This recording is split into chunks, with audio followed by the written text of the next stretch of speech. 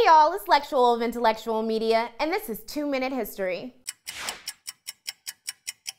Over the past few years, stories about industrious entrepreneurs taking advantage of the legal weed industry have been pretty common. Most of them involve white people who are now the face of marijuana mogulship.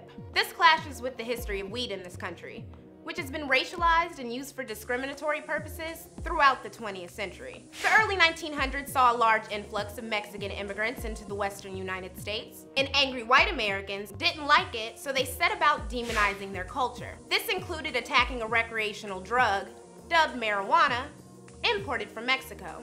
California lawmakers claimed that weed made Mexicans violent, so they banned the drug in 1913. Texas and Utah followed shortly after, with one Texas senator saying, "Mexicans are crazy, and this stuff, marijuana, is what makes them crazy."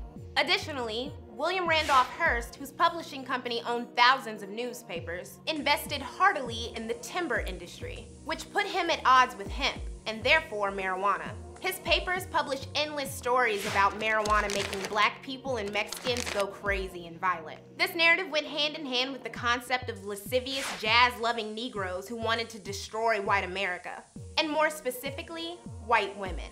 A 1934 newspaper actually printed, "Marijuana influences Negroes to look at white people in the eyes, step on white men's shadows, and look at white women twice."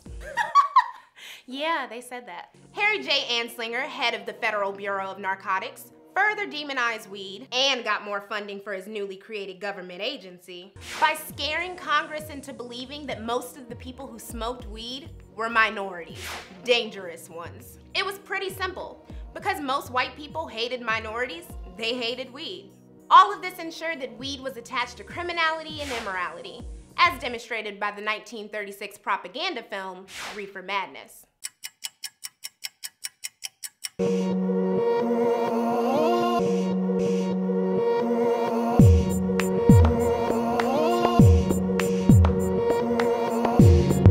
Black and sexy, baby.